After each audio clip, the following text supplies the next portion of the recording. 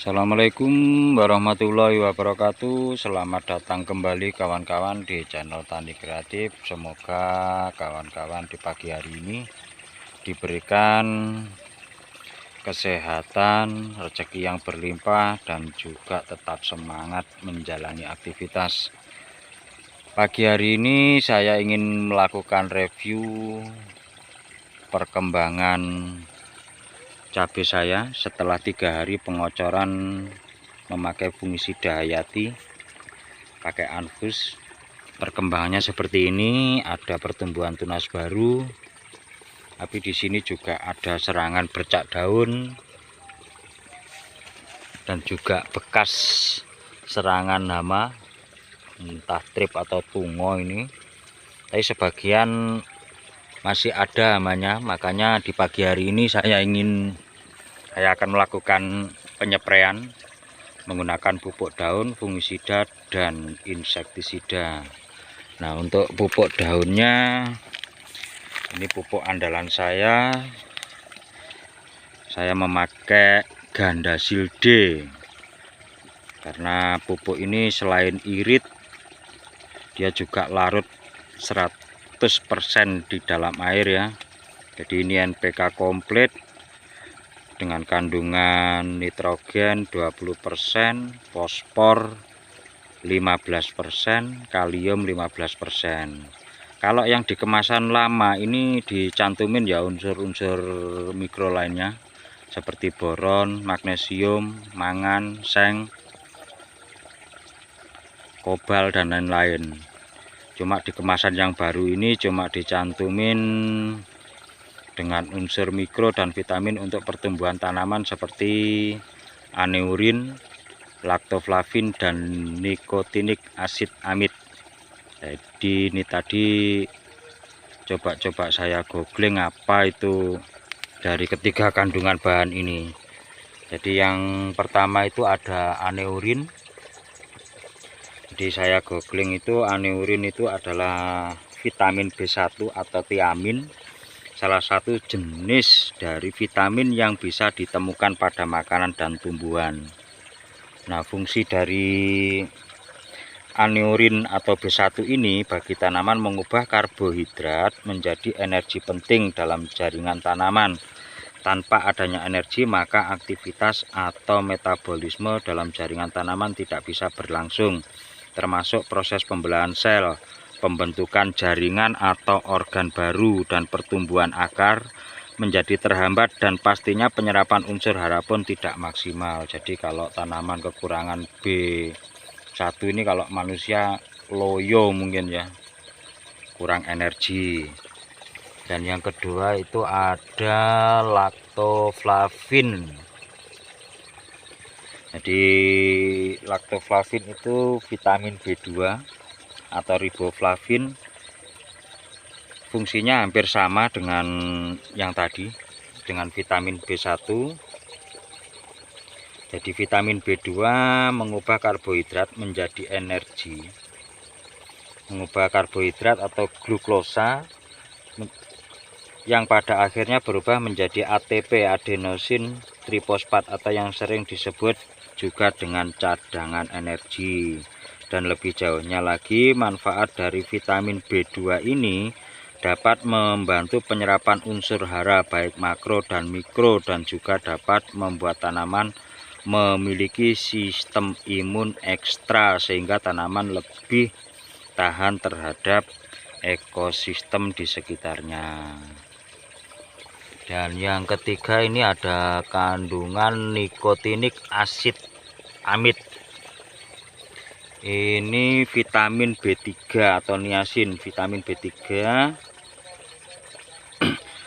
Jadi mengandung niacinamida yang sangat dibutuhkan sel jaringan tanaman, karena salah satu fungsi dari vitamin B3 menghasilkan NAD atau substrat enzim yang bisa memodifikasi protein pada semua organisme termasuk tanaman. Ini kalau pada manusia bisa membuat kulit menjadi lembab dan terlihat awet muda ya kawan-kawan.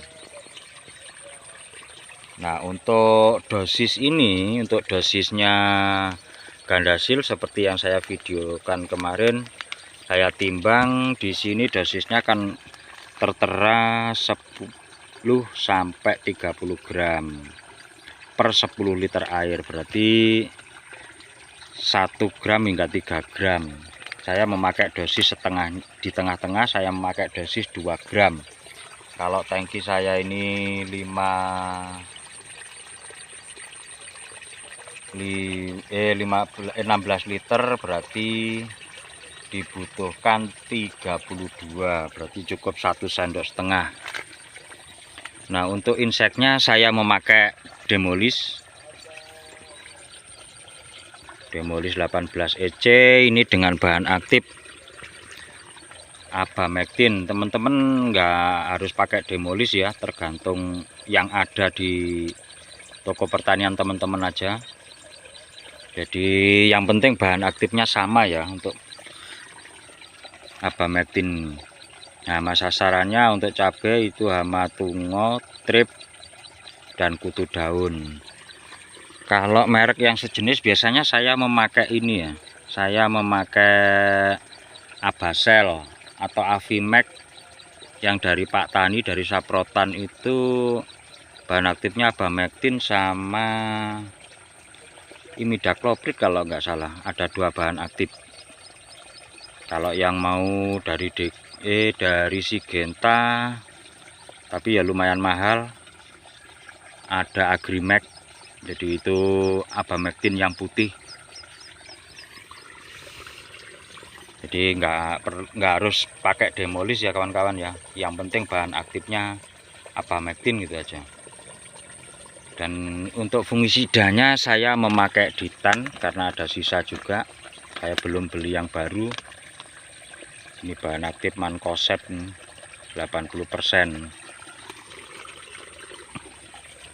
Oke, gitu dulu kawan-kawan. Ini kita ke pencampuran. Untuk dosisnya ini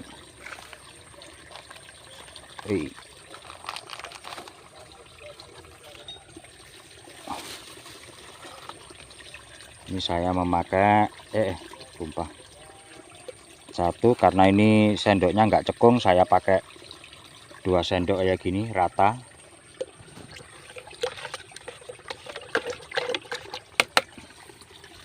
Dan untuk dosis Demolisnya, karena di sini dosisnya lumayan irit ya,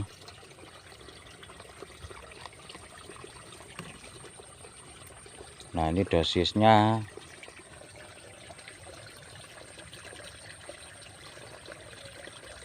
setengah mili ya kawan-kawan ya. Nah, saya pakai kalau setengah mili per liter berarti 16 liter butuh 8 mili.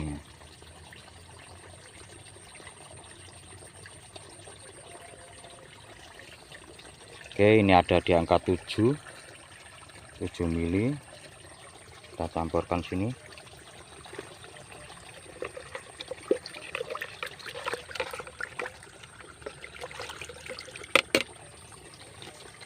Untuk fungisidanya saya, karena tanaman masih kecil juga, saya memakai 1 sendok aja.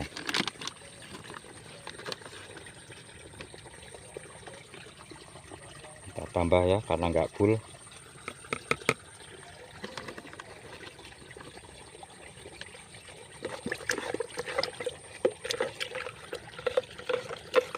Saya tidak memakai perekat ya kawan-kawan ya.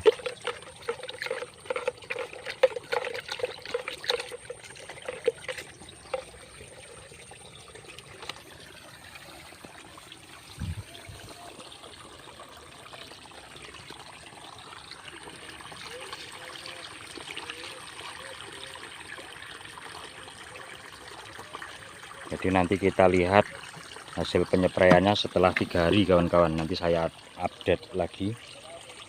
Jadi ini yang paling pinggir kawan-kawan. Nah, ini yang paling pinggir sini kita ambil percobaan, kita kasih tanda rabia ini yang keriting-keriting kayak gini. Nah, nanti hasilnya setelah 3 hari ataupun 1 minggu penyepraian seperti apa ya. Ini kan rusak parah ini. Nah, tumbuh tunas baru apa enggak nantinya. Nah, ini kita lihat perkembangannya nanti di 3 hari kemudian. Sudah selang 3 hari dari penyepraian Gandasil D kemarin, kita lihat perkembangannya yang kita kasih tanda ini. Nah, ini yang 3 hari yang lalu daun yang ini tumbuh daun baru, ini agak lebar, ini tumbuh satu lagi masih kecil. Terus ini juga kita juga udah kasih tanda, ini tumbuh.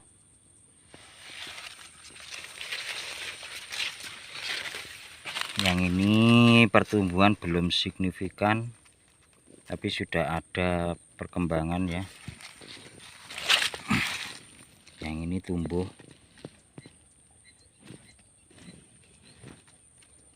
Nah, ini daun baru.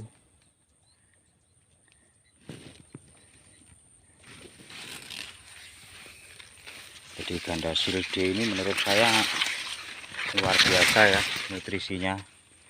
Selain unsur hara makro, NPK, juga vitamin-vitaminnya mempercepat sekali proses pertumbuhan kawan-kawan.